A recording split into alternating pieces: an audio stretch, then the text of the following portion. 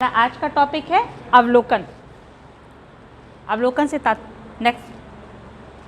से तात्पर्य है कि कानों तथा वाणी की अपेक्षा नेत्रों का अधिक प्रयोग, अर्थात सामाजिक अनुसंधान में अवलोकन एक महत्वपूर्ण विधा है। इसके द्वारा हम किसी भी तथ्य को बहुत ही सूक्ष्म दृष्टि से देखने का प्रयास करते हैं, अर्थात निरीक्षण और परीक्षण की वह प्रविधि जिसके आधार पर हम विभिन्न प्रकार के तथ्यों को देखकर एकत्रित करते हैं, उसी को हम अवलोकन, प्रेक्षण या निरीक्षण कहकर संबोधित करते हैं। नेक्स्ट,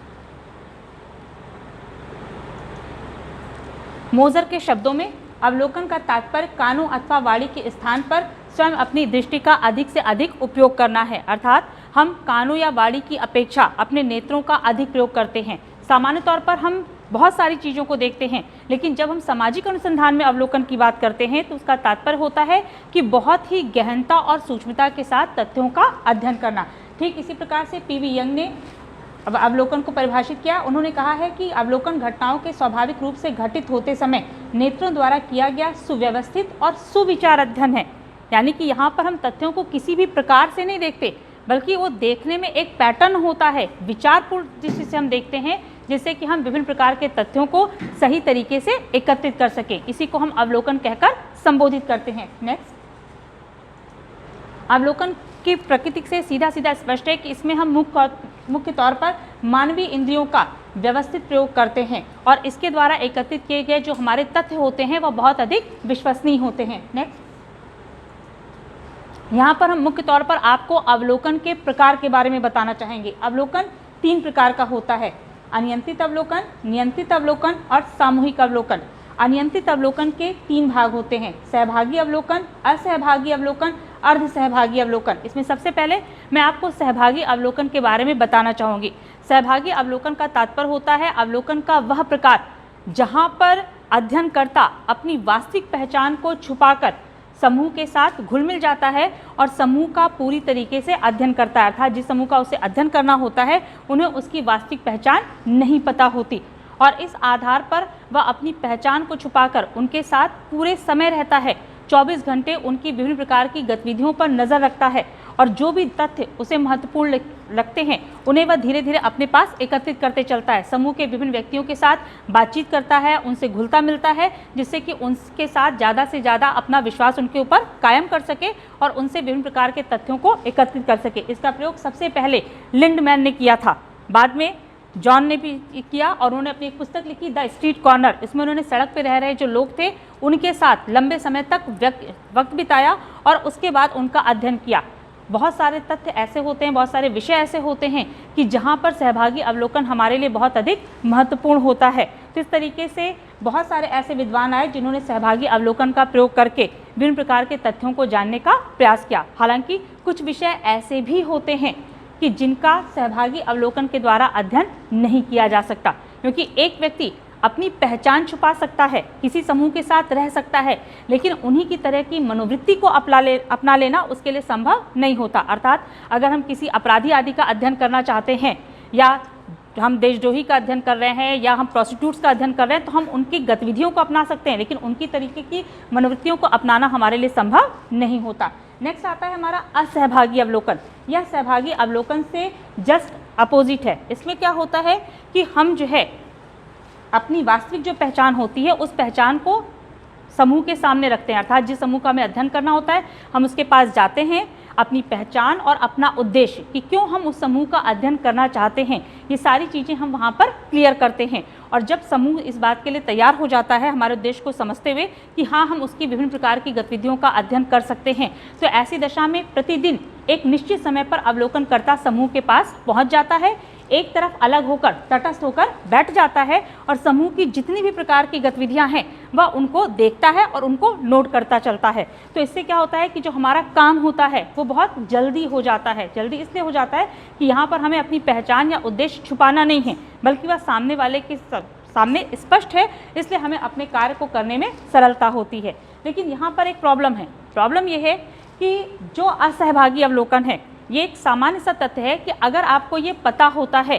कि सामने वाले व्यक्ति के व्यवहार को देखा जा रहा है, उसका निरीक्षण किया जा रहा है, तो उसके व्यवहार में वास्तविकता नहीं रहती। कहीं ना कहीं थोड़ी सी कृत्रिमता आई जाती है। जैसे कि आप अपने घर में आराम से पैर फैला के बैठ सकते हैं, बेड पे लेट के टीवी देख रहे होंगे या बेड पे बैठ के खाना खा लेंगे, लेकिन अगर कोई मेहमान आ जाता है तो आप क्या करते हैं, आप पूरी तरीके से व्यवस्थित हो जाते हैं। ठीक वही चीज़ असहभागी अवलोकन में है कि जब समूह के सदस्यों को यह पता होता है कि किसी व्यक्ति के द्वारा हमारे व्यवहार में छोटी से जो छोटी चीज़ें हैं उनको देखा जा रहा है, तो वो सतर्क हो जाता है। जो उसका वास्तविक व्यवहार होता है वह सामने नहीं आता। इन्हीं चीज़ों को दूर करने के लिए अर्ध सहभागी अवलोकन का प्रयोग किया जाने लगा, यानी कि कुछ सीमा तक समूह की जो दैनिक गतिविधियां हैं व्यक्ति उसमें सहभाग करता है, और जहां पर उसे लगता है कि अब हमें अलग होकर उनका अध्ययन करना चाहिए तो वह तटस्थ होकर एक तरफ बैठ जाता है और समूह के सदस्यों का अध्ययन करता है। अर्थात अर्ध सहभागी में सहभागी अवलोकन और असहभागी अवलोकन, इन दोनों अवलोकन की विशेषताएं मिलीजुली होती हैं। तो इस प्रकार ये हमारा अनियंत्रित अवलोकन हुआ। नियंत्रित अवलोकन, नियंत्रित अवलोकन का सीधा सा तात्पर्य है कि जहां पर हम नियंत्रण रखते हैं, तो नियंत्रण हम किस पर रखते हैं, ये दो प्रकार का है, परिस्थिति व घटना पर नियंत्रण और अवलोकनकर्ता पर नियंत्रण। परिस्थिति व घटना पर नियंत्रण से तात्पर्य यह है कि अगर हमें किसी समूह का अध्ययन करना है, हम किसी समूह का अध्ययन करना चाहते हैं, तो पहले हम उस समूह की विभिन्न प्रकार की जो गतिविधियां हैं, जो उसकी जानकारी है, पहले उसको हम नोट कर लेते हैं, उससे विभिन्न मुद्दे जो हमारे हैं उनके बारे में जानकारी ले लेते हैं। उसके बाद हम क्या करते हैं कि समूह के सदस्यों को बाहरी संपर्क से काट देते हैं, किसी अन्य से मिलने जुलने नहीं देते। अब अगर हमने मान लीजिए उन पर सरकार की किसी योजना का प्रभाव हम देखना चाहते हैं और हम उन्हें नियमित रूप से रेडियो सुना रहे हैं, और रेडियो के माध्यम से जो भी समाचार आ रहे हैं, उस योजना के बारे में जो प्रचार प्रसार किया जा रहा है उसके बारे में हम उनको जानकारी उसके द्वारा दे रहे हैं। एक निश्चित अंतराल के पश्चात हम फिर से उनसे वही प्रश्न पूछते हैं जो हमने अध्ययन शुरू करने से पहले पूछा था, और ये जानने का प्रयास करते हैं कि जो इतने समय तक हमने उन्हें रेडियो के टच में रखा, रेडियो के द्वारा जो विभिन्न प्रकार की जानकारियाँ प्रदान की, क्या उसका उनके ऊपर कोई असर पड़ा या नहीं पड़ा।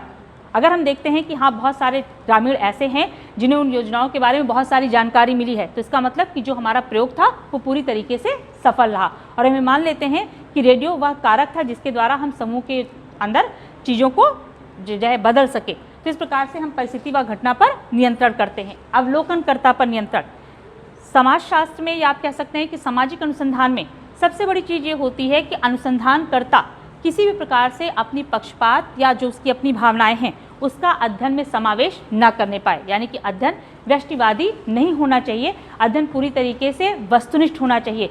इस वस्तुनिष्ठता के लिए हम जो अवलोकन करता है उसके ऊपर भी नियंत्रण रखते हैं। तो अवलोकनकर्ता पर नियंत्रण रखने के लिए हमारे पास कुछ माध्यम होते हैं, जैसे हम उसे कैमरा देते हैं, हम उसे टेप रिकॉर्डर देते हैं, वह प्रश्नावली या अनुसूची का प्रयोग करता है जिससे कि वह जिन लोगों से बातचीत कर रहा है उनसे जो भी प्रश्न पूछ रहा है, जो भी बातचीत हो रही है, वह उसे रिकॉर्ड कर सकता है, विभिन्न प्रकार के चित्रों आदि को खींच सकता है, ताकि वह किसी भी प्रकार से अपने विचार या अपनी भावनाएं या जो झूठे या भ्रामक तथ्य हैं उनको अध्ययन में सम्मिलित न करने पाए। तो इस प्रकार से हम अवलोकनकर्ता के ऊपर नियंत्रण रखते हैं।